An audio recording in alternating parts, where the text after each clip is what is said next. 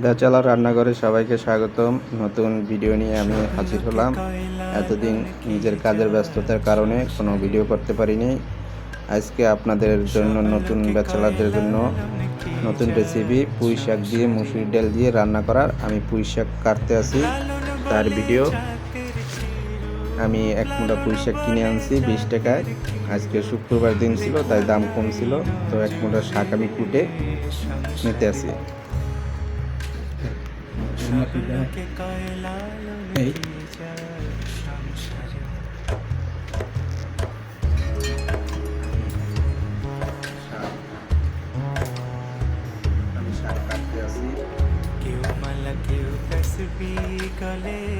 তাই তোরে জাত ভিন্ন বলে,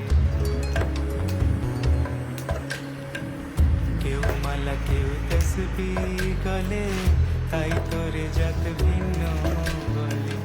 যাওয়া কিংবা আসার কালে, যাওয়া কিংবা আসার কালে, জাতির চিহ্ন মুসুর ডাল আর পুঁই শাক একসাথে রাঁধবো। পুঁই শাক কোটা আপনাদের দেখাইছি। আমি ভালোভাবে ধুয়ে পানি সেঁকে রাখছি, পানি সেঁকা হয়ে গেছে। আর মুসুর ডাল আমি ভালোভাবে ধুয়ে নিয়েছি। এই আমার মুসুর ডাল, ঠিক আছে। এখন আমি এখানে তেল দিয়ে দিতেছি। আমি তেল দিয়ে দিয়েছি। তেলটা একটু গরম হলে আমি পেঁয়াজ দেব, রসুন দেব। প্রথমে আমি রসুনটা দিয়ে নিয়েছি, রসুনটা একটু ভেজে নিতেছি হালকা, তারপর আমি পেঁয়াজ দিতেছি। আমি পেঁয়াজ দিয়ে দিয়েছি, বড় দেখে একটা পেঁয়াজ আমি দিয়ে দিয়েছি। এখন এগুলো একটু ভেজে তারপর কাঁচামরিচ আমি ছেড়ে দেবো। 6-7টা কাঁচামরিচ ছেড়ে দিয়েছি। এগুলো একটু ভালোভাবে ভেজে তারপর আমি ডাল ছেড়ে দেবো। আমি ডাল ছেড়ে দিয়েছি। এখানে আমি হলুদের গুঁড়ো, মরিচের গুঁড়ো একটু হালকা ভেজে তারপর দিতে আসি। আমি হলুদের গুঁড়ো, মরিচের গুঁড়ো দিয়ে দিয়েছি। এখন এর সাথে একটু লাড়া দিই, তারপর লবণ দিয়ে দেবো। আমি লবণও দিয়ে দিয়েছি। এখন এগুলো একটু লাড়া দিয়ে পানি দিয়ে দেবো। পানি আমি দিয়ে দিয়েছি। তারপর একটু ভালোভাবে মিশিয়ে নিতে আসি। পানিটা বলক হইলে আমি পুঁই শাক ঢেলে দেবো।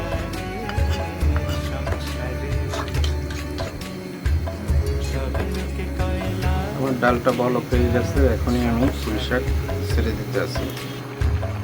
আমি পুঁই শাকটা ঢেলে দিয়েছি। এখন এটা জাল দিয়ে নিব, কিছু সময় জাল দিয়ে নিব। তারপর আমি পরে পানি দিব, একটু হালকা সেদ্ধ করে নিতে আসি। হালকা সেদ্ধ করে নিয়েছি। এখন আমি পানি দিয়ে দিব, পানি ঢেলে দিতে আসি।